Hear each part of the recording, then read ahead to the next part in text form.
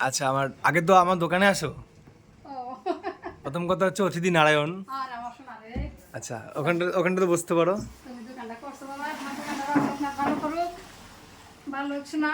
কোথায় বাড়ি তোমার? লোকনাথ পুজোর জন্য সাহায্য নিতে এসছো না বাড়ির জন্য সাহায্য নিতে?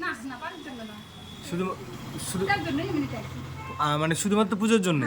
যদি অন্যরকম সাহায্য করা হয় নেবা না? যদি তোমাকে আমরা সাহায্য করি অন্যরকম ভাবে, মানে যারা তোমার বাড়ির একটু সুবিধা হয়, যদি সেরকম সাহায্য করি নেবা না?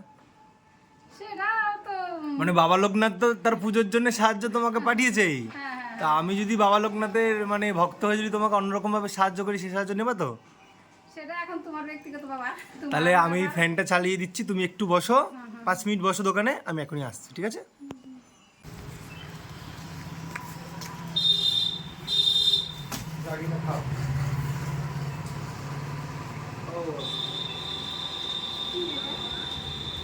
রোদে রোদে ঘুরেছো, ঠিক আছে? রোদে রোদে ঘুরলে এটা কি হয়?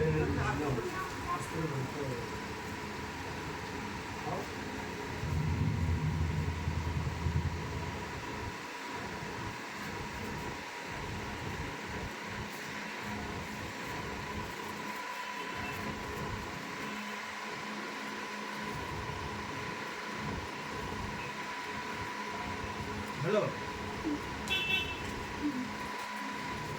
এটা রোদে রোদে ঘুরলে মাথা ঠান্ডা করে, ঠিক আছে? আর এই যে আমি তো বেশি কিছু আনতে পারিনি, এটা হচ্ছে তোমার লোকনাথ বাবার জন্য, ঠিক আছে? লোকনাথ বাবার জন্য।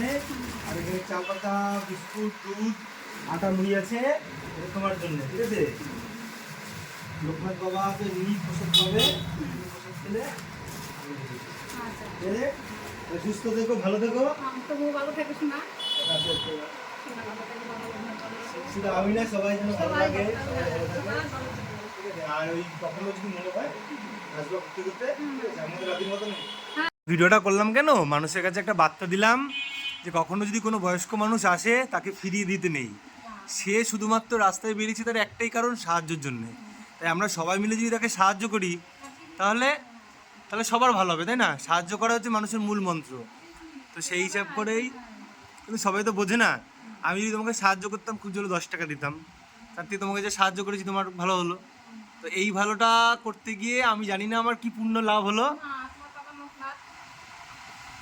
আমি শুধু চাই যেন আমি সংসার নিয়ে, বাবা মাকে নিয়ে, সবাইকে নিয়ে ভালো থাকতে পারি।